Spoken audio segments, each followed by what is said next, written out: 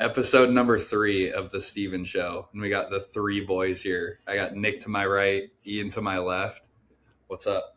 Did you What's put good? on Who wants to No. introduce? 3 of us on episode 3. Oh, dude, that's actually good. I didn't plan that. Episode But- 50 is going to be hard. Most of the people that are going to watch this probably already know both of you guys, but if either one of you, I don't care who wants to go first, but just give like a little introduction of yourself. I mean, I don't know how far you want to go back, but obviously we all went to high school together. But Give us 3 Why are you looking at me? I don't know. I'm just looking over at Give you. us 3 fun facts, Nick. Yeah. 3 fun facts. I don't think I have 3 fun facts. Okay. Who are you? Who am I? My name's Nick. I am an alcoholic. We went to high school together. Grew up Lake Taps. Live in Buckley now. Moved to Buckley back in July. What's your address? Can't tell you. I can tell you my mailing address if you guys want to mail me some fan mail. What P.O. box? But moved to Buckley back in July. I got married back in September of 2023. Just living life. Got a 1-year-old. Trying to get back into shape. Yeah. Working. Something he skipped over is we went to high school together. We played college soccer together. We were roommates there. We both graduated from St. Martin's, and yeah. Yeah. But Yeah, we do go way back. Yeah. We go way back. We lived with each other for a few years, and it's like good, bad, or indifferent. We had some fun times. Yeah. But All yeah. 3 of us are just following each other around. We're all in Buckley now. Yeah. Ian just bought a new place in Buckley. The OG Buckley. Ian, it's your turn now. Tell us what's up with you. What's going on? Yeah, I mean, same story as Nick, pretty much. Moved to Buckley. Me and Steven lived with each other for like 2 years. That was fun. Yeah. Just got another house in Buckley. No wife, no kid, Girlfriend. Dog. God dog, and my boy Whiskey. Let's see. Didn't go to college with you guys. Went to college in Colorado. To be a minor. Yeah, I majored in coal mining. The Colorado School of Men is what they called it, actually. Did a lot of snowboarding and then moved back. And, then me and Steven lived together and freaking got the Buckley parties going. Yeah. Here we are. Bought another house in Buckley. Heck yeah, dude. That was something that was perfect timing for me right when I got hired at the fire department. I just didn't want to, but I needed to get out of my parents' house at that time. I was 23, and you had just bought that place. Yeah. And it was just perfect. You hooked it up with cheap rent and everything. Lived there for 2 years? And I told you, I was like, 2 years, and then I should be getting out of here and getting my own place or figuring something else out. And then it happened to be right at the 2-year mark. You were like, you didn't kick me out, but you basically were like, hey, dude, you should start looking. Shit, I mean, I got a girlfriend, you got a girlfriend. Yeah. The house is not big enough for 4 Yeah. people to be hanging around. So.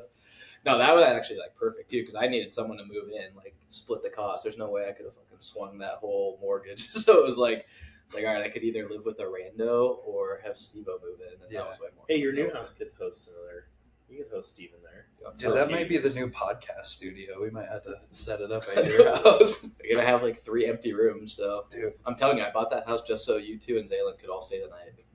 You each get your own room. Hey, what about me? Can I send Casey over there? Yeah. No. Just Maybe drop six. When Casey he's off. not sleeping. 18 plus. When do you move in again? As long as Nick doesn't botch my loan. What, next week? Yeah, end of next week, I think. Right? I don't know. It depends if you lose your job or buy a truck. Probably not. I actually just bought an $80,000 truck, so it doesn't matter. Please do it, actually. Just for fun. Let's spice this thing up a little bit. Yeah, no, that was fun, though, when you lived there. It's Some good times, dude. Yeah. I swear people thought we were a couple for the longest time because we would just go and do everything together. Firehouse Friday. Speaking of, we need to bring back You Honk We Drink. Nick, I don't think you ever participated in that, but I don't think I ever did. dude, I can't do it for a while now. It is the most fun. I don't even know how to describe it, but when someone honks at you while you're sitting out there, I don't know. There's no way to explain it. You have to just experience it. Be like, Mhm. just like sitting there. And it, of course, like the more you drink, the more fun it gets. It's like, remember like the first day we did it, like we were sitting like right next to the front door on the porch, and we're like, no one can even see the sign. Yeah. Next thing you know, we're like in the street, like putting it in front of the car. Yeah, it was like every 20 minutes we moved closer to the road, and then we were like in the road. They're not honking at us because of the sign. They're honking to get out of the fucking way. But yeah, that was a good time. You never did No. it? No, I don't think so. Yeah, I think I now just clicked and on now he the can't because he's sober. Boring. Lame. No, I'm joking. Is this That's supposed a to be? Is this supposed to be blinking? We're already probably 5 minutes not. into it. We're You- 5 you minutes already in. know How to use You're already this. effing it up. Here, hang on. Is it not working? Here, I'll turn it off real quick and then Check, turn check. it back on. Mic check. Who did do? I don't. How long can There we go. I never. We did Who it. did it? We did it, and then there was one time we had like a couple people that did it. Dude, yeah, it was on the Buckley Log Show day, and like it was in the morning when everyone came over. It was like 8:30 in the morning to like 11. We were out there. Just, the White Claw surges. people were taking loops around. Our neighbors were coming out to see Dude, it what's was going free on. entertainment. People fucking loved it. They did. I didn't Sounds see fun. an issue with it at all. Maybe we But could do it yeah. at your house if you want. Good. Not a really Yeah. busy street, so you might be sitting there for. We're a gonna while. come over at 6 a.m. and do it right in front of your house, Yeah, I'm okay with that. or 8 p.m. Wait. As soon as Casey goes to bed, we're You'll gonna wake up be the home. neighbors, We but drink. it's all right. Yeah, right.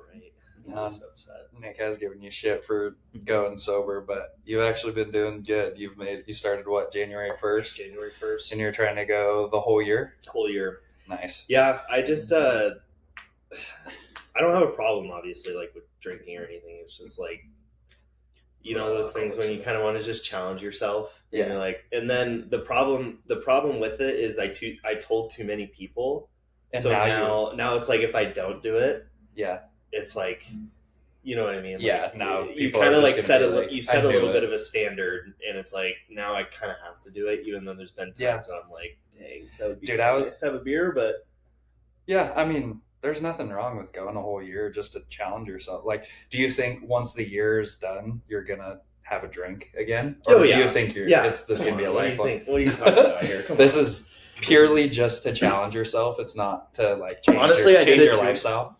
Honestly, a few reasons. One, lose weight, because like the last 3 years I've not been in good shape. So it's Yeah. like, you know, you take your shirt off in the summertime, you're like, oh dang. You hide it for 9 months, and then when it comes out for 3 months, I'm just like, oh dang. That was part of it, because like when I drink, I only drink beer. I don't drink hard alcohol or anything. Yeah. So it's like, Thick. and I drink like the IPA, like Yeah, heavy, same here. like probably 400 calorie beer. Pitcher of Bodie's. Pitcher Yeah. of like I could drink Every time they know when we walk in the Drink fire. a Yeah, whole, pitcher of like, mayonnaise. I could drink a whole pitcher of Bodie's to myself, and it's probably like the equivalent to eating like 12 Subway sandwiches. Yeah. Like, you know what I Yeah. mean? So, anyways, but It's kind part of an like odd that, and comparison. then That was a very odd comparison. We're measuring our calories in Subway. Dude, Subway sandwiches, you're literally eating a loaf of bread. That's true. It's literally a loaf of bread per thing. But yeah, that's kind of, Taking and a then picture of Subway sandwich. I think It's that's like pretty much 14 it though. Arby's burgers. Yeah. Challenge and then lose weight, and then with Yeah. work too. You know, like this year I want to be super focused with work. So What is the main difference you've noticed with it? Because I was talking to you the other day, and you said you don't really like feel anything other than the weight loss. But like, have you noticed anything cognitively, like with your sleep or anything like that, recovery wise, and all that? yeah, I don't get bad sleep. You know, Yeah. I mean, sometimes I get bad sleep, but you know, to each their own, right? Like people say, like, "Oh, I'm sober and I feel all this better." Like I said, like I didn't have a problem. Like I drink maybe once, maybe twice a week. Mhm. Like Yeah. and usually it wasn't like, unless we would go to like Firehouse. Like it's not like I'm drinking more than a few. It was borderline a problem, but Borderline problem. But you're not drinking either, right, Steve-O? no, I mean, I'm Shit, I'm is just this was this a surprise intervention? this is for an me? intervention. For Wait you. a second. No, I was so close to just like going completely sober, but I don't think I'm there yet to like completely cut it out of my life. I still enjoy it, and like I'm just being very picky with when I do it and how much I'm drinking when I do it now, because I was just letting loose a little too much. And with the goals that I have this year and everything like that, I just like there's not really any room for me to just like be super nonchalant with it. Yeah. But I still really enjoy it. Like, Yeah. if I want to hang out with my friends, like I like it socially and to celebrate, Yeah. doing certain things. I enjoy I enjoy it. So I haven't completely cut it out, but it's gone drastically down. Yeah, I don't think like again, like I don't think there's a problem with drinking. Like I have no issue. Like it's sometimes like it's still in the newer phase because it's only been like 2 months that I have, so it kind of sucks. Like we went out to Headworks the other night, and like you guys are drinking beer, and I'm drinking non-alcoholic beer that tastes like lemonade that's slightly carbonated. Yeah. So that part, but I feel like with drinking, like it doesn't really add much, and like I'm starting to get the point where if it's not really adding something to me, like what's the point, I guess I would say. And that's not to say like I'm so much better than it's more so like I've kind of adopted that mindset of like, no, I think I want to be in the phase of life right now where your 20s and 30s are kind of what you build for your 40s and 50s and all that, and like I don't want to waste the opportunity I have of like being a dad that's present, and then also like in my work, like I'm basically an entrepreneur, so it's like I don't want to miss out on that too. So that was part of the reason too. But I mean, probably when the year goes up, I'll drink. But my wife doesn't drink either. Jordan doesn't drink, so she doesn't drink at all. Dude, she hasn't drank since the last time I think I remember your wedding. Honestly, yeah. Like the last time I think I can remember her drinking was when you guys came over for the game night. That was like in November. And she had the like garage. She had like half of a mojito. Yeah. I could tell stories about her drinking too, but she's never been a drinker. But I won't say it. I guess where I'll go with this is like I've only ever seen her drunk like 1 time or 2 times maybe, but she's really? Maybe once or twice. Did it go well? Yeah, I mean, she doesn't do anything. She's also like, she like back when I was like in like early 20s, when we were like 22, 23, like we could drink like a pretty decent portion and not have like we could wake up and go play a soccer game. Yeah, we could wake up and play a soccer game where like when her and I first dated, like there was a few times we'd go drink, and like I think she'd try to like kind of keep up with me at least. And like I'm also way bigger than her, so but yeah, literally like maybe once or twice. But no, she doesn't really drink ever, so it's like And then I know you guys don't have kids, so it's like when you have a kid too, it's like you're guaranteed like a 6 a.m. wake up, 7 a.m. wake up. So it's like when you drink, you're inevitably gonna wake up early. You're not really gonna sleep in, and it's not fun taking care of a kid when you're not feeling very good. So but yeah, that was kind of honestly the goal. And then like I said, I think the primary reason I'm sticking to it is I told too many people that I am, and now it's like, dang, now I kind of have to stick to it. The pressure of putting stuff out there and having everyone know is intense. So like if you say something, then you're gonna have to stick to it. Yeah. So Ian, what are you giving up? This wasn't a damn intervention. I knew it. No. One thing though, both of you guys are looking to sign up for a half marathon, right? Have you already? I got mine in May. Yeah. You're already signed up for it? It's the one that just goes to Oregon, that Mud Mountain. Dude, remember when you first started getting into running, and me and you did like your first long run ever, and we parked the car down in Ording, and we ran from the house all the way down there, but that race was going on, and we stopped at a couple of the aid stations and got water. We were just running by, and everyone has the bibs on, we're just like, hello, thank you. I think I'm doing that race. Yeah, it is. What's it called again? It's like I thought it was like the Mud Mountain half marathon or whatever, but I remember when we ran the one in Sumner too. That was like my first ever half marathon. Oh, dude, that was the dumbest. It was like middle of summer. It was like 95 degrees. We bought like a 1 bottle of water, like stashed it like 2 miles in. We literally both had like 6 ounces of water and ran a half marathon, and it was literally 95 degrees. And afterwards, I remember we were like about to fucking pass out. Yeah. We went into Fred Meyer to get drinks afterwards, and we drank them before we even bought them. Like we were just could not wait. We were fucked up. No shirt, right? It was horrible. And then and then we bought the elk from Blue Max and tried to eat it. Oh and yeah, I had like an allergic reaction or dude, something. You did, yeah. Like, I think it was like your sweat and like the I think it was like laundry the pollen or something, like the pollen. It was weird. Yeah, that was horrible. Your whole body broke out in hives. Dude, the fact that I kept running after that, it's honestly amazing. Like I don't know how that didn't just ruin it for me. Have you been running? A little bit. I've been trying to hike more because we go to Guatemala in like 3 weeks and we're hiking that volcano. Oh, yeah. So we just did Sai this past weekend on Saturday. Oh, how was that? Was there snow? Yeah, I think like the last mile there was snow. Like towards the top, there was actually a good bit. Like it was kind of a pain in the ass to like walk because it was like super like slushy and stuff. But there was quite a few people up there. Actually, it wasn't as bad as I was thinking because it was like a Saturday and it was super. No, it was Sunday. Yeah, it was Sunday and it was like super nice. It was like sunny, super clear day. Like at the top, you could see Seattle, Bellevue, like all the Olympics, and so it was like I don't know. I was expecting for it to be packed, but no, it wasn't bad at all. I mean, wait, what day did you go? Sunday, like 2 days ago. Sunday. Yeah. So, but yeah, it was super nice. But yeah, that volcano we're hiking in Guatemala is 4 miles.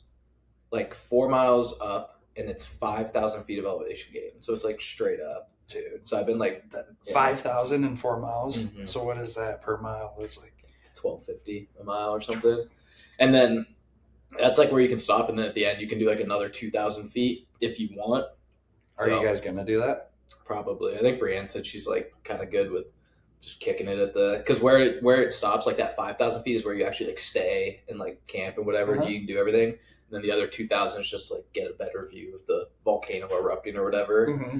So I'm probably gonna do it. Might as well. Yeah. I mean, what's the point of climbing 5,000 if you're not gonna do that? Yeah, if you're already there. Yeah, like, the hard part's over. You might as well. You're not gonna go back to this place. Yeah. At least maybe not for a long time. Might as well go and do the whole thing. Yeah. So talk about like what is your whole like trip itinerary? Like when are you going? How long are you staying? Where are you staying? What are you guys doing? What you want to know every minute? What airline? What color socks are you wearing? I mean, the long story or the short answer is like I honestly don't know. Like she like plans everything. I just kind of show up. That's kind of sick. It works out so good, dude. Like because she likes to like plan it, and then I don't. So it's like I'll just show up. But I think we fly into like Guatemala City is the capital, and then Antigua is like the city by the lake, which is like super famous. So it's like a 2-hour drive. So I don't know. Again, this is where I don't really know what we're doing. Like land, somehow get there, hang out there for a couple days. At some point, hike that volcano, come down. Nice. Do some other stuff. I don't know. Sounds fun. But yeah, I think like that volcano hike is like the main reason we're going down there. And then how long are you guys down there? I think just like a week because it's her spring break, and so I think it's like a Friday to a Sunday. I can't say the days or else my house will get broken into. We're leaving at this time on this date. We're getting back here. The house will be empty the whole time. Yeah. I'm gonna tell Zaylin to go sleep. Yeah. I'm gonna need him to house sit, but yeah. So it'll be like a week. It's like Friday to Sunday or something. But no, it'd be cool. I mean, I haven't been on a trip in a while, and like I feel like that's what I need sometimes to like kind of reset. Yeah. Like, it's kind of something to like look forward to, you know. Well, you travel so much for work and stuff, so it's like that will wear you out itself. But they're not like vacations at all. You're traveling a lot, but you're never going just to travel. Mm-hmm. But before you started dating Brienne, you would go on little vacations, just solo trips. Did you go hike where Machu Picchu yeah.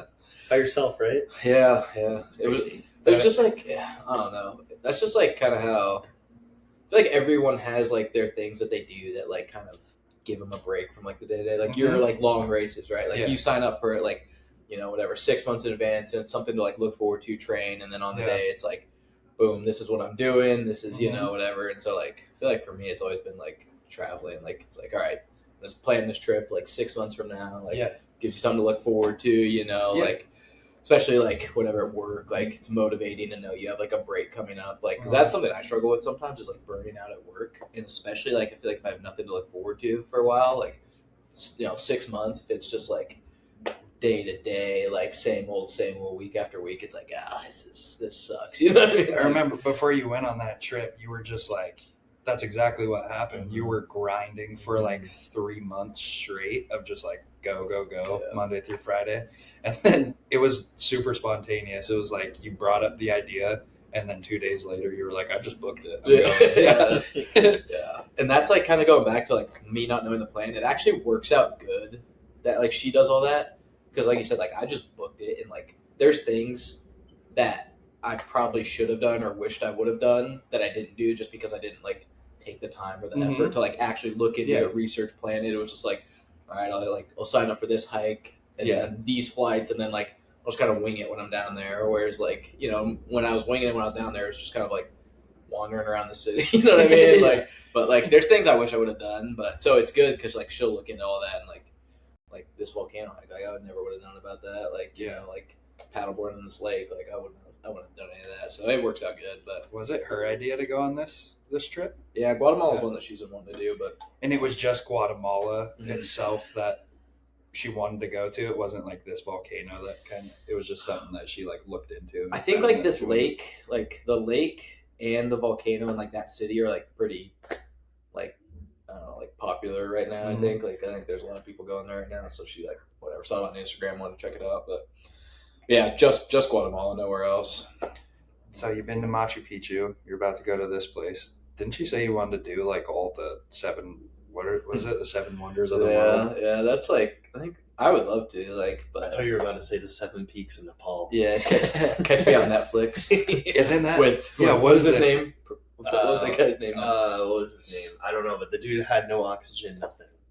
He literally hiked up and he was hungover one day. He like remember the episode where like he partied the night before and then wasn't hiked that Everest? Yeah. Hiked Everest the next day. I actually just watched that not too long ago, and it got to the part where they like hiked it. I think it was Annapurna, and then they like climbed all the way down to like the camp, and then someone like got like stuck up there or whatever, and they had to hike all the way back up, dude. And I was like thinking about it, like when me and Zam would go hike, or like I think you too, Nick, like we'd get to the bottom of like Sai, right, or like whatever. You'd be like, all right, dude, like how much would someone have to pay you to like climb back up to the top? It's like, yeah, right, like no way. Those guys did that with like, you know, no like oxygen. The huge like Annapurna mountain. They got to the bottom, and instantly went back up. Like, dude, that's like the best part of the hike is when you get down to the bottom. It's like flat, and you're like, oh, okay, I'm done. Mm-hmm. Even though it is fun, I enjoy hiking, but yeah, dude, I would love to go see like all the wonders of the world though. But like, I don't know, a lot of them are like, I don't know, harder to get to. Like I think one's in like Jordan, which is Middle East, which is like you know what I mean? Probably not gonna go there right now. You know, but like Brazil and the triangle of death to get there. Huh? The Aztecs, right? Isn't that down in Cancun? Yeah, Cancun, Chichen Itza. Yeah, that's where I wanted to go. You wanted to go there when we were during Peyton's wedding, but didn't work. Which you know what's funny is I don't find relaxation from traveling. Really, I don't. No. See, I've never been a big traveler though. Like I've been pretty homebodied, but like I feel like I'm such a creature of habit. Like I like my routines and I like my schedule. Yeah. And like when I break it for traveling, I'm just like thrown off. Like it's fun for a few days, but then after a few days, I'm kind of just like, dude, yeah, ready to go home. I'm right there with you. If it's over like 3 days, then I start to get super anxious. Yeah. Unless I know about it like months in advance and I'm already like planning on it. But if it's kind of like one of those spontaneous things and we stay longer than like a weekend or something, I'm always just like, I got to get back into my routine. I'm too addicted to training. Yeah. See, I feel like that's like all of the desire of it for me though, is like getting out of the routine, right? Like, yeah, because it's always good to just shake things up. Yeah, it's good for your brain. What do you know? It's good for my brain. Yeah, I actually was telling the story, Nick, speaking of like, I can't believe that half marathon in summer made me not want to stop running is when we did Mount St. Helens. I was just telling Brianna that because she was like, dang, if only there was a little bit more snow, we could like glissade down a little bit. And I was like, do that. Yeah, I think the last time I glissaded was with Mount St. Helens when Nick thought he almost flew off the edge. I don't think that dude's been on a hike since. What happened with that? I have to give context behind that story. So we went. It was pretty spontaneous, but we went. It was us, it was me, Ian, and Zaylin, and we went to St. Helens. And I think I decided like last second, like, okay, I'll go with you guys. Thinking like St. Helens, like you look at it compared to the other mountains around here, it's like, oh, it's not that big, right? But it's actually like, I mean, it's a pretty good hike. It's a like, mountain. It's a mountain. You're 16. I think it's like 16 or 17 miles round trip. Yeah. Really? And pretty good elevation gain too. It's long because you hike through woods for a good portion of it, and then you get up, and then like the ascent is kind of like the last, I would say, I don't know, 3 or 4 miles. Yeah, probably. 3-4 miles is the ascent. Like but you have to get a lot of it to is the actually mountain. getting up there. Yeah. But anyways, so it was beautiful. I mean, not a beautiful day. I mean, it was a nice day. Yeah, nice enough. You know, we get up to the top in actually pretty reasonable time, and they had crampons. I just had spikes. Like spikes are like What kind of hiking is it? Is it like a single track like a trail that you could follow, or is it kind of you're just like walking up the side of it? You're in a snowfield for most of it. Yeah, you're in a snowfield for most of it, and like the trail to get actually to like the base of the mountain is your typical 2 people could walk, like coming this way and going back that way. Like it's a typical trail, and then when you get up, I mean it's kind of like a big snowfield. Like it's like there's not really a carved out path, but there's tons of people going up. So you see a bunch of people going up. Follow their footprints. And there's one sketchy part. I remember this poor guy, like he was stuck. Do you remember? He just like, it was like it's like the only part where it's kind of like this. And like, if you slip down, like you're going to slip pretty far and you're not going to die. You're not going to die, but it is kind of sketchy. Yeah. And especially if you're like someone who doesn't like heights, which I don't, but he was just sitting there and he's just looking around. I'm like, dude, he's like blocking up because that's the part where it is kind of like pretty skinny to get up. Like there are parts on either side you could go around, but there's a pretty well-defined path. And he was just sitting there looking around, like just blanket white face. And I'm like, dude, like, and we saw him. You got to keep going. No. You got to go up or you got to go down. You can't just stay there because you're just going to psych yourself. Did you guys say that to him? No, I didn't. I just went by him, but I'm like, he looked just like scared to death. We had seen him when we were walking up, like, and he had been there, not moved a muscle for like, I'm not kidding, like 10, 15 minutes. Dude, that would be me. Just all fours, just like on the thing. Like, that would you're on all fours. Yeah. But anyway, so I hate heights. We get up to the top, and like I don't like heights. Like my palms are sweating as we talk about this. And we get to like the crater, and it was pretty cool. It was pretty cool, but I also was like, all right, let's get out of here. I don't like this. So we started going down, and we get past the super steep part, so we get down that. And I'm already kind of like shaky a little bit because it's like when you're going down, like it is kind of scary. And like I said, I didn't have crampons, I just had spikes. Yeah. So like my spikes are this, where their crampons are like this. So it's like they're pretty deep into the snow where mine are kind of like on the surface. Yeah. They worked fine, but anyways, they were glissading down, and I've never done it before, never glissaded. So I had no idea how to stop myself. And I also didn't have like what you're supposed to have. Like I didn't know this until you go is you should have your ice axe. You need to have it strapped to your bag because if you let go, like you at least it comes with you. Yeah. Where I didn't have that. So anyways, so they go down and then I go down and I couldn't stop. I literally just flew. No. I literally flew by them. Dude, he was coming in hot. And I was like, woo! I think Ian was like, roll over. Like, because what you're supposed to do is like roll over and tuck and like get your ice axe in and kind of just lay on top of it and let it like the resistance. Well, I didn't know that. So I just go and like, when I say. Dude, he was trying to break a speed record.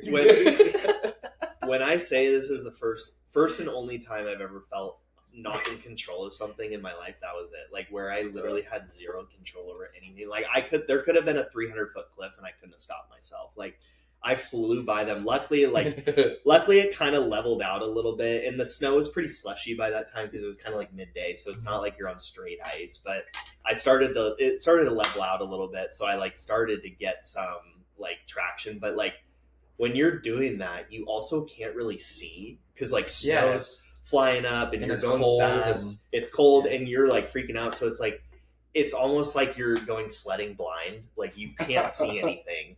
So like, I just literally felt like there could have been a cliff right there and I would have gone. So that kind of ruins like mountaineering. I don't think you've been back since. Yeah, no. Like Jordan we asked him to go again. He's like, I think I'm good. Well, Jordan's even mentioned like going up Adams and stuff. And I told her like, I honestly like, mountaineering does not sound fun. Dude, come on. It doesn't sound fun. I do like, I think I was telling Zaylen was telling me this. He's like, you can't like not hike Rainier. Like you see it every day. You got to be on top of it at some point. I'm like, honestly, like that's actually a pretty good point. I just have like a very severe, ever since then, I think like I got a phobia of heights because now like I'll even cross a bridge and like start sweating. Man, I don't like heights either, but at least like on there, like your feet are on the ground. Your feet are not like you're not like suspended. I think I don't like the unpredictability of mountaineering. Like I mean, you hear stories all the time, like people slip, avalanche, like rocks. Like I know, like when you're hiking, like there is still like some unknown and some things that you can't control. But at least like I know, like I'm not on really, slippery surface or something like that. Yeah. I mean, I guess I don't want to say that all the time, but that's kind of where hiking for me I enjoy, but mountaineering I don't know, I can't get behind it anymore. You wouldn't give it another chance at all? It would have to be like I would really have to like push myself like outside of my comfort zone. Nah, I get that. I don't know. I just don't enjoy it. I definitely want to get up Rainier at some point, but I just never have actually like committed to like doing it. I know if I wanted to, I probably could just go do it, but 100%. I just don't know like how I would have to do it with like you or Zaylen or someone Yeah, who's done it before. Yeah, you got to do it with someone. Because I don't want to like it probably would be smart to pay a guide, but like yeah, you guys have done it. I would trust you guys to just go up with you. It's not that bad. You can do it easily. Like, when you and Zaylen did it, was it just you the first time? Was it just you two? Just me and Zaylen.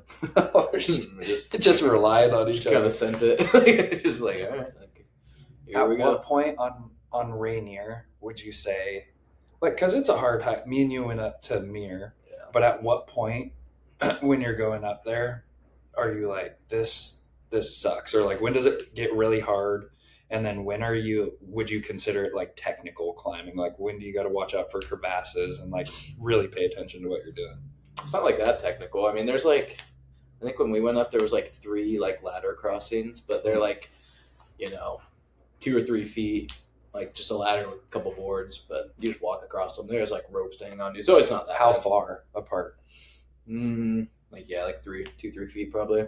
And then how far down is the crevasse? Did you look? A few hundred feet. It's a couple thousand. I mean, summer, like, you can see the bottom pretty good. And then there was one I remember that was like, it was pretty far. Like, wherever the earth is. Yeah. Yeah, there's some, like, I mean, you don't really want to fall into any of them, but fall into the lava. Yeah, probably straight disintegrate. No, but like the physical, like the hardest it got like physically was like pretty much at the end, like right when the sun starts coming up, because you have to obviously like leave at night, and so like when the sun was coming up for us, it was like the last like 1.5 2 miles, and that's pretty brutal. Like I remember we got to the top and just like instantly fell asleep, just like because we were so exhausted. But dude, I remember like mentally it was like I almost kind of had a breakdown because there's like the highest camp that you can camp at is like past the main like Camp Muir where we went to. If you go past that like a mile, there's another camp that you can stay at. Was that off like around the rock? Mm-hmm. Like when you're at Muir, you're looking off to that that way? Yeah. So that's like the highest camp you can stay at. And so I remember when we were coming down and you like hike for a little while and it feels like it's like, been taking a while. And then we like came over this peak and you could see the camp, like the high camp, like the tents, you could see them and they looked like ants. Like it looked so small. And so it was like knowing that we're that far from that camp, then we have to go past that, get to ours, pack up all our stuff, then hike like all the way from Muir down. It was just like, from summit, like from when you guys summited to getting back to your car, how long did it take? Like, I don't know, every bit of like 8 hours, 9 hours probably. Yeah, it was a long day. But yeah, no, I mean it's not like that technical. I mean, you have to be like, it's more just being careful. You know what I mean? Yeah. Like, I don't know. Like, obviously, me and Zaylen did it. Like, we did it. Yeah. You could do it easily. Yeah. Anyone can really do it. But if we planned a day to go up to Muir, would you go? I'd probably go to Muir. Muir's we should do that. Yeah. When is it like a good time to start going up there? Probably July, right? Nah, you can get up there early any time of the year, honestly. To Muir? Yeah. Would it be sketchy if we went like tomorrow? I'm not saying no. I mean, you could get to Muir tomorrow. You can get there like any time of year. Yeah, it'd be fun. You can hike Rainier in the wintertime. Yeah. Zaylen was talking about it. I'm like, dude, why would you do that? Like, what's the point? Yeah. Isn't it like super dangerous in the winter? Yeah, you're snowing like feet. I think it's just the weather. Avalanche, crevasse, I mean, everything becomes more technical when you have more snow, right? Mm-hmm. So, like, when you don't have the snowpack and stuff like that. I think it's the weather, too. The weather is way more unpredictable. I mean, yeah. I'd probably do Rainier maybe, like, I would really have to get over my fear, but also when Casey's a little older. Like, that's also the other thing. Like, point. I've become very risk averse since he's been born because I'm like, what if I got hurt, or what if he what if I died or something? So I don't have a motorcycle anymore. Yeah. And you could take Casey up in the backpack. I can set it up. Yeah, I love it. Just carry him up there. Just Right. buy like one of those oxygen things that you can like spray. put oxygen on him. He gets tired of going up Mount Peak on the way back. He loses it. Yeah. I thought you were gonna buy my motorcycle. Well, we'll see. I don't know if I can do that or not. We had some good time. We used to have the same bike when we were like 18 or 19, and we should not have had a bike like that at 18 or 19 years old. It was a good time though. It was tons of fun. Like, I love that picture of you on your bike with your leather jacket, and you're like, so cringy. That's I the need to best share picture that. I you've need to ever share that posted. picture. I gotta find it. I should try to make that as the thumbnail of this episode. Dude, back in the day, Actually, I don't know if I so still sick. Like, let me see if I like still hold on, have let me hold my helmet under my arm. Hold on, Dude, I still have that leather jacket. That thing is legit. I love that thing. I think the first thing I bought after the motorcycle was like the silver like mirrored visor for my helmet. I was like, this is gonna be so sick. I had the aviators too.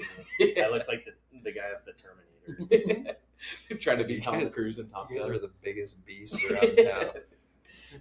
So I remember stupid. when you bought that bike off of Nick's dad when I was living with you. Mhm. I remember you were trying to get me to buy a bike, and Yeah. I was starting to consider it. And then literally the next shift that I had, we had like 3 motorcycle crashes, and I was like, Yeah. I'm probably That's the same thing with I'm road. probably She's not like it. gonna. Yeah. It is really dangerous. Like, I mean, you just think about it. Like, when you're in a car, like, yeah, you have to worry about other drivers, but it's like, it's not as big of a worry. But when you're in a motorcycle, like, if another car hits you at 30 miles an hour, like, chances are you're not living through that. Yeah. So, Dude, in 10 miles an hour, you could still yeah, do a even lot of that. damage. Like, Well, and you just see people like too. Like, I saw this actually a few weeks ago down I-5. It was like a nice day, and like a guy's lane splitting going probably 100 miles an hour. Like, it's like that's what gives motorcycle riding a bad rap, Exactly. in my opinion, Yeah. because it is tons of fun. And like, if you're a good rider, like, and like, not to follow people too fast, or like if someone's following you too fast, pull over, let them pass you, or like, let it loose a few times, but on an open road or something like that. But even a squirrel crosses the road and you hit the squirrel, like, your chances are you're crashing. speaking Right? of letting it loose, Just a little Forgot one. Put your just a little pop. Yeah. Have you guys had any sketchy moments on your bikes? Oh Like, yeah. near Nick almost got taken out by an RV. Remember that? But remember when we were driving back from Ellensburg? Oh, dude, And that was surprising. We were driving back from Ellensburg. I think we were like sophomores or juniors in college, and We went to Central. we went over to Central to hang out with Tyson and Sky, and then we were coming back, and the weather there was beautiful. It was like May or June, like 75 degrees, like no wind, nothing. It was beautiful. But on the way back, it was like pouring down rain, like across the pass, and it was probably like Freezing. 40 degrees. It was freezing cold. So anyways, we were going back, and like, I mean, I probably topped out at 40 miles an hour maybe, but we were going back. We even had to pull over at Snoqualmie to warm up because we were so cold. And then we start going again, and probably like a few miles outside of North Bend on I-90, I hit a pothole and my back wheel spins, like kind of comes out a little bit, and I can feel it.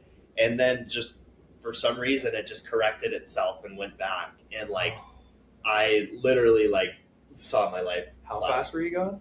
I was probably going 50 maybe. Dude, still 40, that's 50 moving. miles an hour.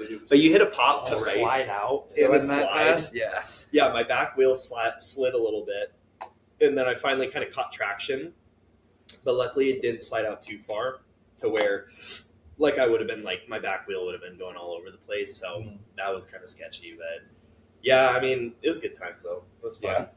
But riding in the rain is never fun anyways. Like, it's when I see people ride in the rain, it's kind of like, that's also in like Washington, like, it rains 9 months of the year, so having a bike is fun, but you don't really, it sits in your garage for 9 months. And that was why I sold mine, because it's like, it was sitting there for so long and started working. It wasn't enough time to really ride it. And like, bike is meant to be ridden, right? It's like, does no good just sitting in the garage. Ian was like forcing time to spend on his bike. Like his lunch break, he would rip up to like Greenwater at the bar and like just get lunch out there. And then You're just like trying to squeeze in time to use your bike. Yeah, and that's kind of why I'm trying to sell it. It's just because I don't ride it anymore. Oh, you haven't sold it yet? Mm-hmm. I thought you did. No, I haven't really been actively like trying too hard. You know what I mean? But it's just Well, like put it I out just don't there, ride it. too. I know, yeah. If you guys want a motorcycle, What kind of bike is it? Yamaha FZ1. How much are you 2012. selling it for? Depends on who's asking. It's a pretty nice bike. $5,000. It's fast. Yeah, it is fast, but yeah, it's just like I just don't ride it anymore, and I feel like my desire to ride it's also kind of gone. Like there was a point where it was like that was all I wanted to do, and now it's like, you know what I mean? It's like it would be fun that we should all try to get into, and I bet you Zaylen would be down too. Is just mountain biking. I would do it. That'd be sick. We could get like the e-bikes too, That'd so you be could fun. just zip up the hill and then It's just cheating. mob down it. It is cheating, Dude, but that's like No, that I've actually talked to because when we were in Cleon, I mean, all those roads you could have gone mountain biking on. And Yeah. I wanted to, but like a nice mountain bike's actually pretty expensive, but also Super too, expensive. I just never got into it. But Yeah. it does seem like I know a few people that do mountain biking, and it seems pretty fun. Yeah. They have a course at Snoqualmie, like in the summertime. Oh, really? Yeah, they make like a whole downhill course. Like you take it up the on the chairlift. yeah, you take the chairlift oh, that'd be up, sick. chairlift up, and then you do it all. Like it's like a huge course, has like jumps and stuff like that. It's pretty cool. I personally would enjoy like the hard part of grinding uphill, but I know if I like went with a group of people, not everyone's going to be like that. So it would be nice to just go and just send it downhill. But I was talking to Jalen. He has a couple of normal mountain bikes, and he also has a couple of the electric ones. And he was saying like, pretty sure the one he has is like $8,000 or something like that. It's, yeah. dude, they can get up there. When I was looking on It's an Facebook expensive hobby. Marketplace, I was like, "Oh dang! I didn't realize there were like a few like a nice one's like a few $1,000. Like a used nice one is a few $1,000. Just a normal e-bike, not even just for like trails and stuff. Just Yeah. normal like road e-bike can get up to 10K too. Dude, when I was in Colorado, one of my buddies went. He's like, "Dude, come on, let's go mountain biking." There was like a hill, like kind of like a Mount Peak, right, like right by our house. So we went. I was like, "All right, I'll try it." Got on the bike, started going uphill. Lasted maybe 2 minutes, like 50 feet of uphill. I was like, nope, turning around. I was like, this sucks. Like it's a grind. I've accepted. That's one thing I want to get into. I just would enjoy it because it's like adjacent to what I already do. Like I love running on the trails and shit. What are you doing? He's quitting the show. Oh, he's going to the bathroom. What? Do you quit? You're out. Oh, I was like, wait, what? I forget what I was saying. Mountain biking. Oh yeah, I would just enjoy it because it's like it's basically like trail running, and you're out in the woods. Like I just like being out in the woods. It's peaceful. Yeah, and that's another thing too. Being in the woods, we've been constantly talking about going hunting and getting into that, but I want to. Yeah, the idea of it's awesome. I have always loved the idea of hunting, and like I've been a few times. It's just like I mean, it's kind of like anything you do, right? It's like the people who are the most successful and have I won't call it luck, like I guess just the most success, but are the ones who they're putting in the time and mountain bikers. No, we're talking about hunting hunters. Oh, no, that too. Yeah, that too. Sorry, Steven. Steven, can I ask why your bidet sit on full blast? Dude, you control it. Yeah, is it you warm? control is it warm? Is it warmer? It's not Cold. hooked up to the heat. It can't because otherwise the cord would have to go across the bathroom and under the that's sink okay. if I got hot water. It's called a tushy. Yeah, it's the Tushy 3.0. The setting is max. Dude, did you rip it? No. Did you sit down real quick? I ripped a bidet one time at remember the New Orleans themed Yeah. bar that we went to? Dude, and I will had a say. bidet, and I was like, whoa. We can go back to hunting, but I will say, dude, bidets are worth it. Dude, it's where it's at. Yeah, 100%. The other day I went and Riley and I drove my car drove my car down to, I'm sure you can guess where this is heading, but we drove my car down to Ording, and then Did you shit or something? Yeah, and then she drove me back up to the house, and then the plan was I was going to run the 10 miles down to my car and just drive my car back home. And mind you, I take one of the world's biggest dumps before I leave, like minutes before I get out the door. And then I take off, make it a mile in. I stop real quick to stretch and stuff, and I'm like, oh, my stomach's kind of rumbling a little bit. And then I start running again.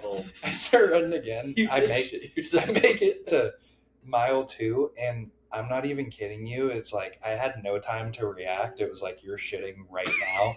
And luckily there was no one on the trail because I just like jumped off and I basically was out in the open. I just pulled my pants down and erupted.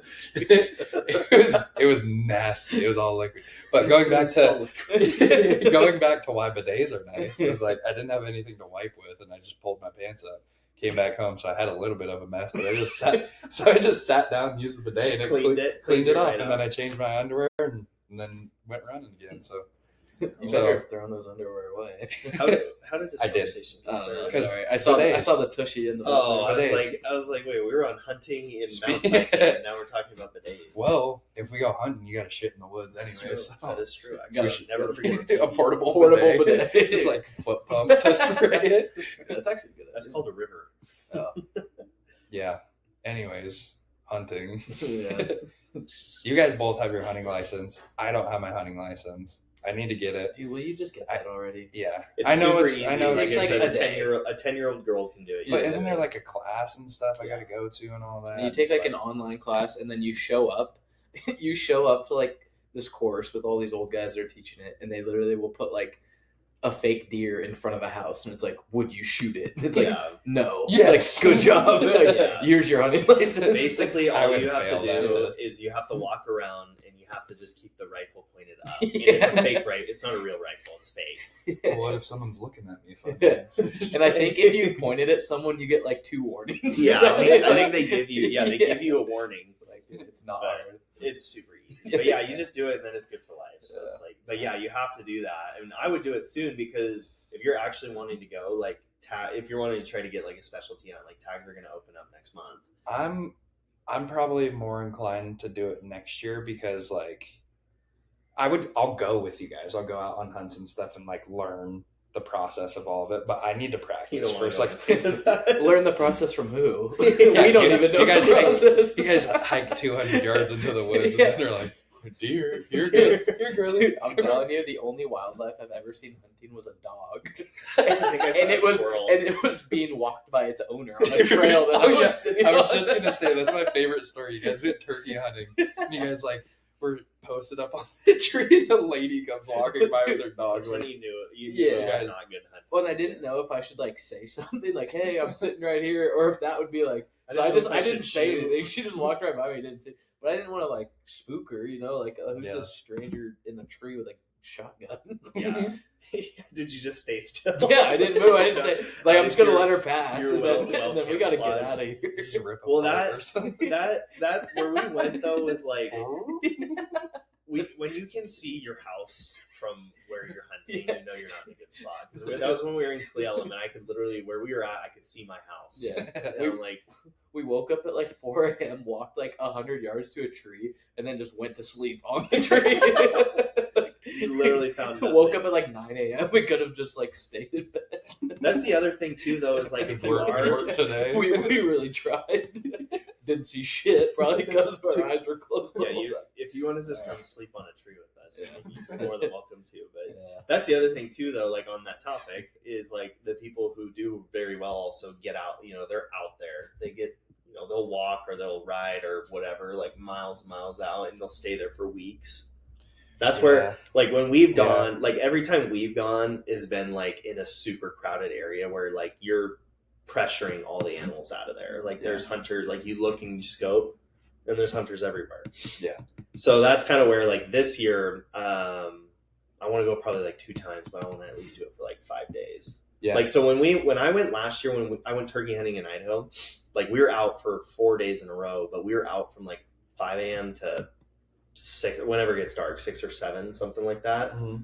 And like we got one, but we saw birds everywhere. But anyways, we were out all day, literally sitting, just waiting for a turkey to show up. And those are actually the hardest things to shoot. Oh, you call them turkey. You call them turkey. I still remember when we were in Cle Elum too, and we like all day, like nothing. So we go to like the diner in Cle Elum to get breakfast.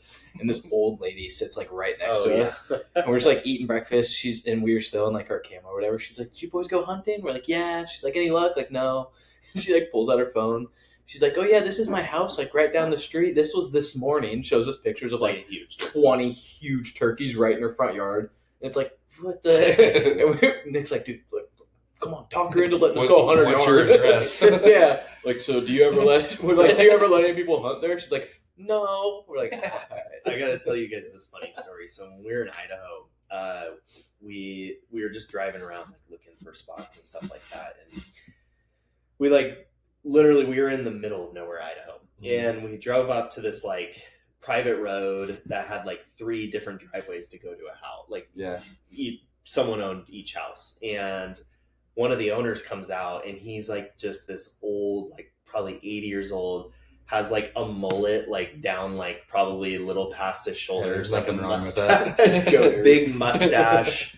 He comes out, what are you guys doing? And like we're in all of our hunting stuff, and we're like, oh, we're just out turkey. Oh, okay. He's like, well, you need to come and hunt my place. We're like, wait, really? Like we can come hunt? And like, he's like, yeah, I'm just up the road there. He's like, there was 100 turkeys in my yard today.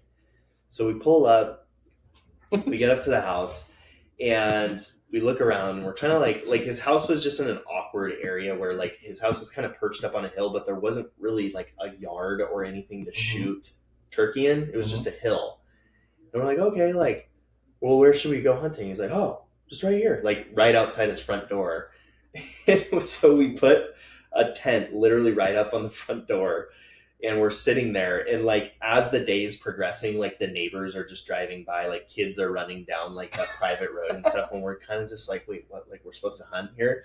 So like by the end of the day, we like came up to him. He's like, well, you guys gonna come back tomorrow? And we're like, I don't think so. And we got caught in a conversation with them, and he's like, okay, I need to show you something. And you guys know those like they're like a spear that you like throw with that.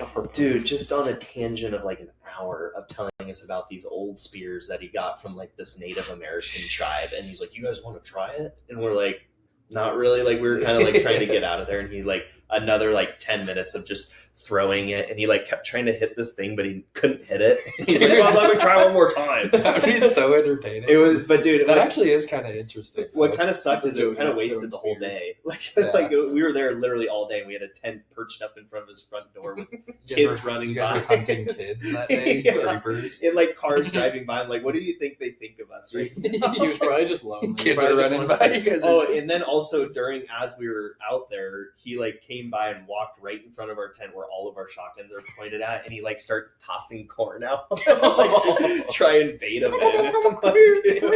It was so weird. It was 100 turkeys. He's such a weird day. He sounds like he knows what to do. Yeah. I mean, honestly, he was saying, he's like, I had 100 turkeys in my yard, and I believe him because there are turkeys everywhere there, but they just were not in his front yard that day. Well, if you end up coming across his contact information, we might need to get him on this podcast. I don't remember his name. He sounds like an interesting. I don't think he had a phone or internet. So you're a big spear guy, huh? Yeah.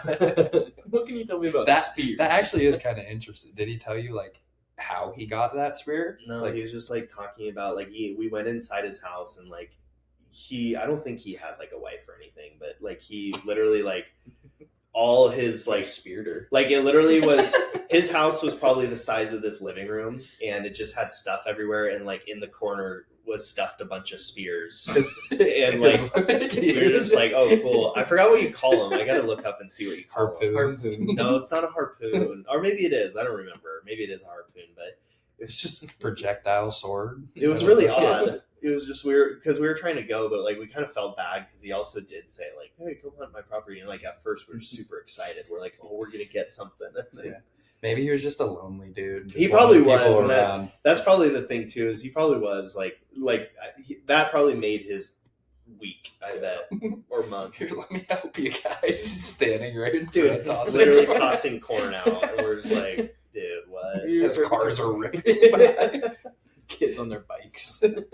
Yeah, but why'd you like stay there that long? I would have just. It's kind of one of those instances where we're like, okay, like, do we test this out and just see, like, you know, yeah, what if like a million turkeys come by? Because like, it is true, like over there, like there's like they see turkeys as a nuisance over there. Like there's so many of them that they just like ransack like their chicken coops, like they poop everywhere. Like people actually don't like them there, and then they draw in like, you know, coyotes and stuff like that. So they are everywhere, and they're always on private land. Mm-hmm. So we're kind of just like, there probably is actually a good chance like these turkeys will come back and maybe roost in the trees over here or something. So we were kind of just waiting, and we were going to shoot it in his front driveway. Literally is the best turkey hunting on private land.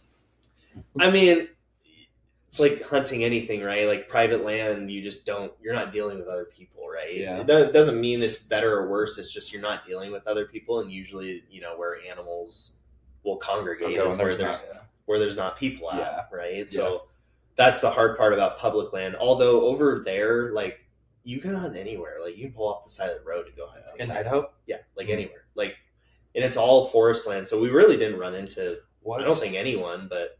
What's like the main thing to hunt in Idaho? Like what's good there? Over, dude. I mean, deer probably. I guess it's close to Washington, so it's probably. When we were there, like we saw hundreds of white-tailed deer and lots of elk, lots of turkeys. I mean, it's kind of anything. I mean, it's like here, right? Yeah. Like, I think what's hard about our area is like there's not very many places to go, and there's so many people. Like, so you in Washington.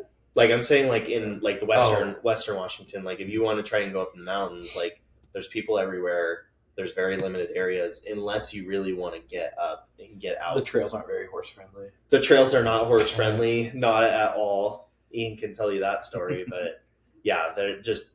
I have a buddy at my department who said he has some good hunting on his family's property. What's the town like out past like Graham? Is LB out there? Yeah. LB. I want to say his family has a lot of property out there. And he was like, dude, just let me know if you ever want to go hunt out there. Like, I heard that's a pretty good elk area. He's got elk out there. Yeah, I think he got one last year. It's right by Mineral Lake, right? Oh yeah. Right out that way, right by Paradise. Have I told you about his property? I don't think you have. Maybe you have if it's not. Yeah. I'm sure we've talked about it, but also Bo talked to you first about this place. I forget where it's at. I think it's like, or is it in Washington? His hunting cabin. Oh, it's north of Spokane. Yeah, it's in Washington. But I could talk to him about you joining us, but he invited Nick and I to go out there with him in October, and he said they have a cabin like out in the middle of the woods. I don't think it's a cabin. I think they do a camp. Like they bring like trailers. Oh, okay. Well, yeah, they have a spot where they go camp out in the middle of the woods. And he said how they do it is like they all come and congregate at this camp and everything. And then every day, like everyone just kind of goes out different directions and kind of goes on their own. And they just all go hunt. And he was like, and you're welcome to just join me and just like come out and hunt with me if you want. Yeah. But yeah, I don't know the exact dates he's shooting for sometime in October, but. Except I don't know, dude. That's like grizzly country out there now. In Spokane? Like north, like Okanagan, like, because there's moose out there, and I'm pretty sure there's like grizzlies now. I think like you have to go like really northeast Washington. I think they're like, because it's like north, like, there's even some like out like Bellingham, like the North Cascades, like Mount Baker area. Well, they started introducing them, I heard, like around here. Mm-hmm. Well, and they like, I remember for the longest time, they said like the Washington, like, the Department of Fish and Wildlife said there was like none of them. And then I think Holden was telling us like, all these hunters kept seeing them. They're like, "Yo, no, there's definitely grizzlies in Washington." Where we were at in Idaho was like parallel to like kind of like Colville, Washington. So it's like they were there. You know, like they were like I was looking on the map because I was a little bit sketched out because I was by myself, and they were in that area. But yeah, I've heard they've kind of gotten a little bit scattered over Washington a little bit. But. Yeah, because most of them North Cascades. Near the Canadian border. But yeah. No, there's like more and more of them like coming down though. They're like slowly creeping in. Well, I have bear spray. I just don't have a gun, so we're good. Honestly, I heard bear spray is going to do you more justice than a gun is. I mean, I don't know if I believe that, but. Well, if you think about it, like, depending on how much time you have to react, like in that situation, I don't know if I would actually hit the fucking bear. I would probably freak out so much. I don't know. Spray. I think that's where like I mean you're never going to be able to train for that. I think that's where bear spray becomes a little bit more efficient is because if you do bear spray like you're going to get a more wide like spray of it, and then if you're a gun like if you have a gun like you're only shooting where the gun points, and you think something's charging you at 40 miles an hour, like you're going to be shaking and you're going to fire that thing all over. Exactly. It's like right here. Yeah. So yeah, I don't know. I hope I never have to run into that. And there's stories of people like freaking out so bad that they don't pay attention. They spray themselves with the spray. Yeah. That probably would be me, dude. Just bear spray myself as I'm getting eaten crotch first. I was going to say get mauled and then spray yourself. What would you rather come across, a bear or a cat? Like you're armed, you have everything to protect yourself. Cougar for sure. Why for sure? Why are you so over a grizzly? Yeah. What? Is it a grizzly or a black bear? Oh, I don't know. Just like black bear, I'd go in front of a black bear. Yeah, but a grizzly, I would not want to get in front of one of those things. Yeah, you'd have to say like grizzly or like a pack of wolves. That's probably closer to equal. Dude, pack of wolves. A cougar, you could like. A cougar, there's a chance, right? You get away. Even like a big cougar, I like got away from one. There's a chance, yeah. Grizzly, like it's over. Have you ever came across anything sketchy? Black bear here and there, but those aren't like. How close were you? When we were hunting with Holden, we were hunting. There was probably one like I don't know, 50 yards away, probably. But and then you like see them too, but yeah, they're not like grizzly bears. Like I feel like are the same as like coyotes almost. Like they'll just spook like and run away. Or that's what I meant, black bears. Yeah, they'll just run away. You know what I mean? Well, they're not carnivores either. No, they don't want to like. They're gonna eat plants. Where grizzlies are carnivores. They want to eat meat. I mean, they're huge, right? Like a black bear.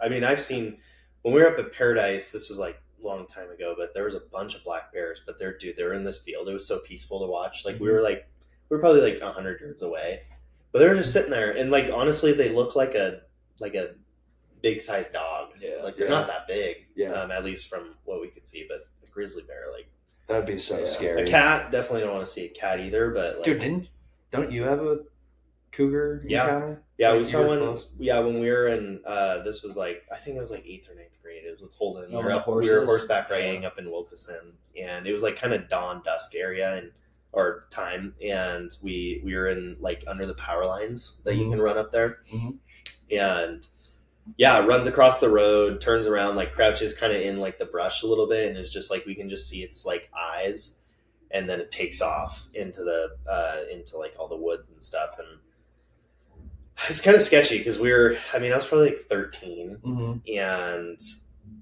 you know that like you hear the stories of cougars and stuff like that. They're gonna eat you and stuff, which really like realistically, they're most of the time they're gonna just be scared of you. Yeah, they're gonna scurry off unless they really want to do something to you, or they'll just stay there and just let you pass by. Or something. But we also were on a horse, so it's like your chances are a little bit higher. But dude, I just watched this video of it was this guy. He's a I don't know if he's a hunter or if he's just like a videographer, but he was taking a video of a cougar, and he's like following it, and then he's like, oh, it's following this deer, and he looks over, and it's a hiker, and dude, it got within like 10 feet of the hiker without he was on the other side of the ridge, like so he was looking in on this, and he saw how close it got to the hiker without a hiker even noticing. Like nothing. And like it didn't do anything. It literally got up close enough to like be like to see probably what it was. And then it saw it, and then it turned around and went the other way. Dude, imagine, like, just think about how many times that's probably happened to us. Like, we've spent so much time in the woods. And, I mean, last November, when I was up at Mount Peak, I saw one. We were up there. It was me, Riley, and my sister, and we were hiking up the gravel side, and we go up. I'm pretty sure I've told you guys this story already, but we went up the gravel side, and there was one car in the parking lot, so we assumed we were going to come across someone. And it was in November, I think, because it was right around Thanksgiving, and it was like 5:00, so it was already dark at that time of year. And we're going up, and we get about a mile in, so we're pretty much towards the top, and you know, like you hit the switchbacks, and then you pop out onto the gravel and go through that little cut through, and then you take the right to hit the gravel again before you take the left again onto the goat trails to go back up to the peak. And we just took the right onto the gravel, and we're walking up, and I'm in front of Riley and my sister, and they're probably 10 yards behind me, and we're just hiking. I'm just like listening to them have their conversation. And then I was like, I think I just heard someone talking. It was the weirdest thing. I thought I heard someone's voice talking, but I probably didn't. And then Riley looks up and was like, oh, I think that's a headlamp up there. And I was like, what? It's a house cat. And I didn't know where they were looking. Yeah. I didn't know where they were talking about because they're behind me and I'm just listening to them saying this. So I'm looking straight up on the trail and I'm like, what are you guys talking about? And Riley goes, oh, I think that's a dog. And just getting worse and worse. Yeah. And Melissa goes, no, that's that's eye shine. What is that? And she was like, Steven, stop. And I could tell like the way she said stop, she was freaked out. So I stopped where it was and I was just like looking up and I was like, where are you talking about? And then I kind of walked back to him and Alyssa grabs my shoulders and turns me. And honestly, like from here to the TV, maybe a little bit further away. If I were to guess, it was probably 15 feet. And it was probably like 4 feet up high because it was on that little embankment. But I just see like the yellowish green eye shine. And then, you know, how cats sit with their hind legs up like that and their butts down. It was sitting like that. And you could see the offset of the coloration of their fur. You could see like the outline of the white belly. And then it turns to the side. And I saw the outline of its ear. And then it comes back and it blinked. And then when it blinked, it like once it turned its head, I was like, holy shit, okay, this is actually real. Like I'm actually seeing this. And then it turned back and it blinked. And I don't know why, but when it blinked, that kind of like set in like my fight or flight mode at that point, and my heart just started pounding. So you sprinted down and left your sister and Riley. No, see you guys, take them. I'm out of here. And it honestly was probably a matter of like a minute where we were just like standing there, like looking at it, trying to figure out what to do. But it felt like 15 minutes long. It felt like forever. And I can't remember the order of like who said what or what we did, but I remember there was like, what should we do? I brought up, we should just keep going up. And instead of cutting on the goat trail, just keep going all the way around, just go to the top and then go down the other side. And then we started. So they agreed for a second because I think they were just scared and didn't know what to say. And we walked like 2 feet, just keeping our eyes on it. And then they were like, no, I think we should go back down. We should just go back down. And then I was like, but we got to walk past it again. Yeah. And then eventually that was a better idea to just go back down. But we were all scared. We weren't like thinking straight. And then, so we were like, okay, we'll go back down. We'll go slow. We'll keep talking, make noise, and just stay right next to each other. And I put them on my left side and I like walked on this side. And we just walk by and we're just like purposely like making noises, like stomping loud, just trying to be loud. And it was still just sitting right there in its eyes. It just like followed us as we walked by. Thankfully, it didn't move, didn't come after us or anything, but we just kept walking by. And once we got past it a little bit, I turned around, just walked backwards, and they both started jogging. And I was like, yo, It's stop. like the last thing I was like, stop. Yeah. Do not run. Let's just walk.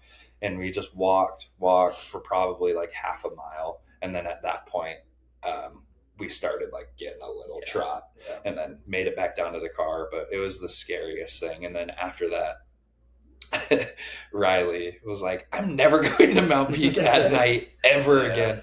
And then for a while, it probably took me like close to a month to go back up there by myself, even in the daytime. I was freaked out. But yeah, some people made fun of us, said we didn't see anything, but I'm absolutely 100% for certain that was a cat. Yeah, and they're absolutely around here. Like there's always sightings of them, like in neighborhoods. They're everywhere. There was just a video up north, like I think like Snohomish, like it was like in a neighborhood, right? Like because like at least in Washington, like you can't hunt them with dogs, so. Which is silly. Which in like the chances of you seeing one is super low, and like the chance of you killing one is like extremely low because like you can't really find them anywhere. So that's where like and I don't know enough about fishing game like in Washington, but I know that like from what I've heard like with hunting groups or people that I know, it's like their rules of hunting are kind of counterintuitive. Like they got rid of spring bear, so now there's your bear population is going to go through the roof, and then. Now they now like with, or I guess not now, but like with dogs and hunting cougars, like you can't do that unless like it's like a nuisance. I think you can do it, but like okay, then how do you control the predator population? That's the only predators really in Washington is your cougars, your bears. Yeah, and if you can't hunt them, do we have a big like wolf population? They're coming. Yeah. Well, they are. Yeah. In Cleellum, my neighbor across the street said he saw like 2 of them. This was years ago, but in Cleellum, like, right across the mountains, they're here for sure. Well, because they reintroduced them in Colorado. Dude. I was living there when that vote happened to like reintroduce the wolves in Colorado.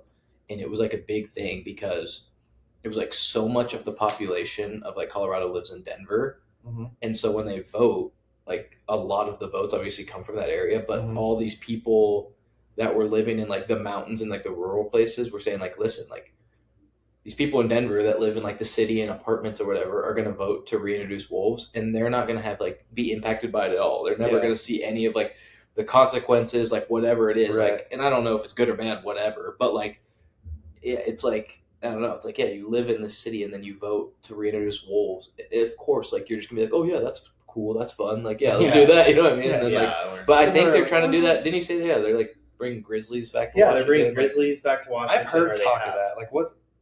Why? They eradicated them like in the 1900s. I heard like they eradicated them, and then same with wolves in Colorado. Like they killed them all. Like they were there, and then they killed them all so that they could have like, livestock. It's weird how everything just goes full circle, and because the same thing's going to happen again. They're just going to kill off everything that they eat. Yeah. Well, and like our deer, we're going to have to hunt them again. Yeah, exactly. Our deer and elk population, like I'm sure, I don't know the stats on it. I'm sure it's dropped tremendously. Yeah. I mean, like. They're never, you can't find them anywhere, you know. So I don't know, but do you know why we can't hunt cats with dogs here in Washington? Like, they think it's unethical. Yeah, cheating, I guess. I don't know, but it's like, how else do you find them? You can't find them. Yeah, they think it's unethical.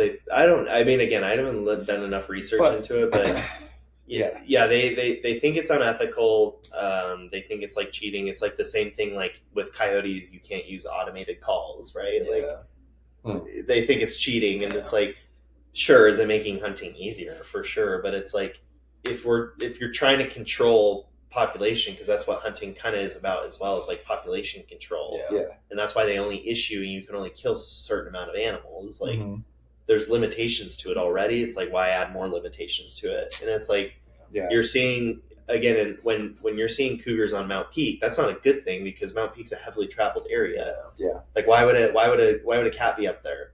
Like you know what I mean? It's like, because they're overpopulated. They're everywhere, right? Like I don't know. I don't know enough about it. I only pay attention to like the people that talk about it. But I was looking like on Facebook and like trying to find forums and stuff for where people would post if they've seen sightings and stuff, and I was looking specifically like in Enumclaw area and stuff. And around that time, I didn't see anything, and I didn't report it or anything. I just told a bunch of people, but I was curious if anyone else had sightings or whatnot. And I always hear too, like my parents' neighborhood is right over on the other side of Bonnie Lake, and like people say they see them out there too.